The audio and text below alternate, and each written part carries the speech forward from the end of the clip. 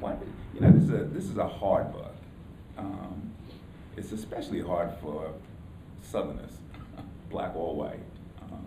What drew you to the story? Maybe that's the way to begin. All right. Well, I grew up in a little cotton town in the Mississippi Delta, Leland, Mississippi. A black town primarily in a black county. And I knew more black people in my childhood than I did white, though I didn't know them very well. And I coincidentally was in the first class of children in Mississippi to begin first grade together, all the black kids and white kids in the public school together, and go through 12 grades of fully integrated public education. So I was in the first class of children to experience that. And my parents made the somewhat unusual decision of keeping me and my two older brothers in the public schools, even though they were moderate. They were white Southerners themselves who were at least comparatively less racist than the vast majority of the white people, and were well-intentioned people. And so they made a brave decision to do that. But I didn't know any of that was happening at the time. I was just a kid. I was just a 6-year-old boy. But I did know that something was dramatically crazy going on. All the black kids seemed to be mad at me for reasons I could not put my finger on, and all the other white kids. And so all the white kids were mad at the black kids for reasons we couldn't have articulated. And then there were the majority of the white kids who didn't go to the public schools and were going to school at these new places that had been started up overnight to try to preserve segregation, the academies, the SAG academies we came to call them. But those were the kids I went to church with, and those were also the kids that I knew best, in that all the rest of my world was still archly segregated. I went to schools that were overwhelmingly black, but I still went to church with only white people, and I played baseball in the summer only with white people, and my Boy Scout troop was only white kids, and the swimming pool was only white kids. And so it was this very perplexing world and in fact, I didn't even realize it was perplexing, but I thought it must be how everybody was. And I thought that television shows like the Brady Bunch were just fantasies, of towns where people had after-school activities and other than athletics and things like that. I didn't realize that people actually made class trips to Washington, D.C. I thought that was just something in the movies. But in the world that I grew up in, you didn't have any kind of activity outside the classroom in which there could ever be any chance of a black boy and a white girl ending up in company with one another, those kinds of things. And so it was this sort of crazy environment. And I knew something crazy was going on, but I didn't know what it was. And for whatever reason, I just from a very early age felt really compelled to try to understand what is going on here, what's up. And I started asking lots of questions about that, even as a little boy, and those were generally unwelcome questions at the time, and all sorts of interesting travails came of that. But I began to write about these things, even as a kid. In fact, I wrote an essay in the 7th grade about a farm labor strike on a plantation outside of our town that had occurred in 1965 when I was 1.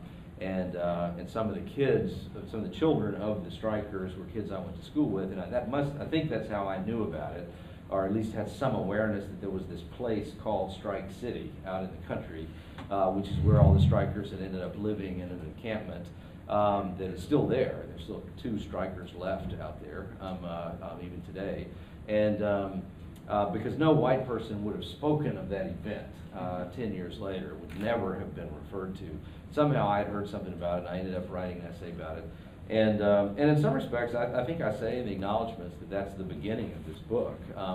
But long story short, it's just that I ended up writing about these things, pretty much all of my career at times while doing a lot of other things.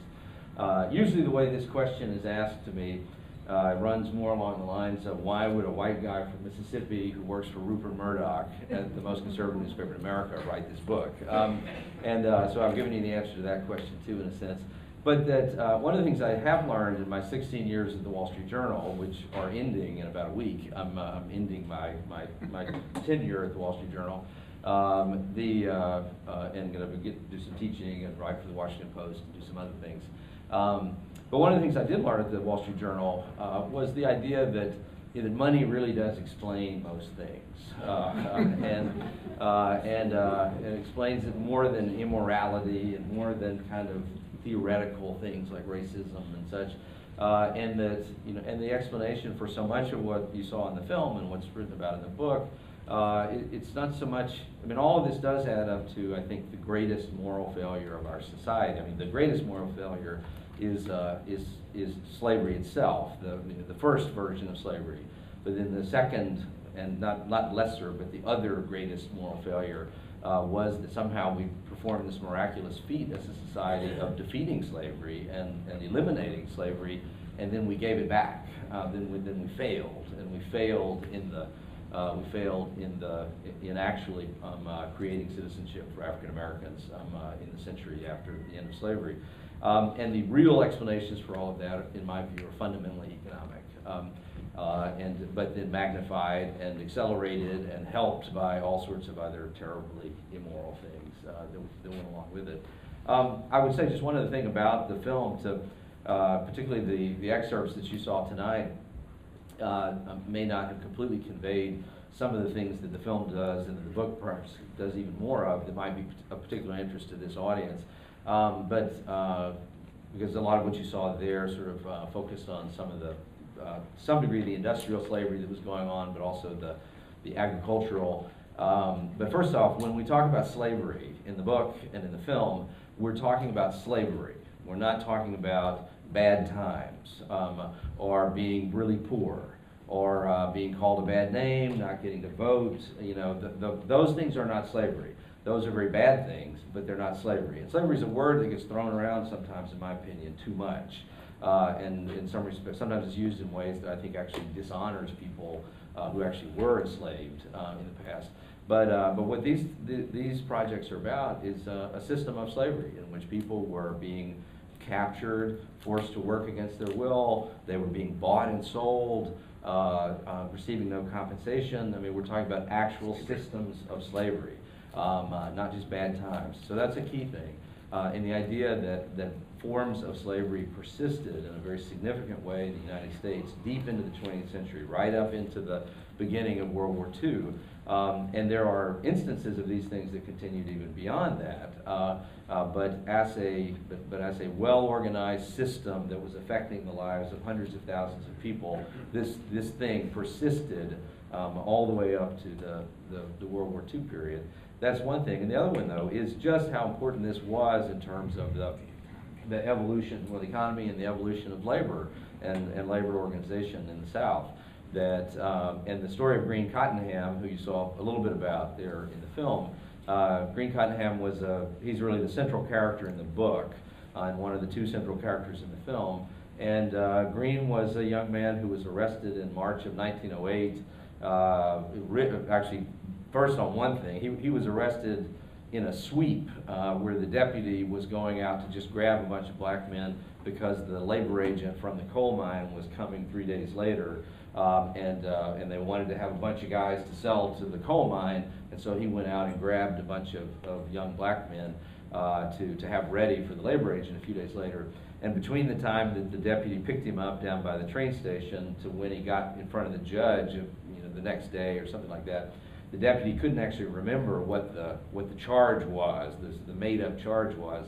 And so Green was convicted of the catch-all that could be used against almost any itinerant worker or poor black person of vagrancy, because he couldn't prove he had a job, and in Alabama and every southern state then, that was a criminal offense. And it was also a criminal offense everywhere in the South for a farm laborer to seek employment while they were working for another person. If you didn't have permission from your employer to seek employment from another person, you were breaking the law.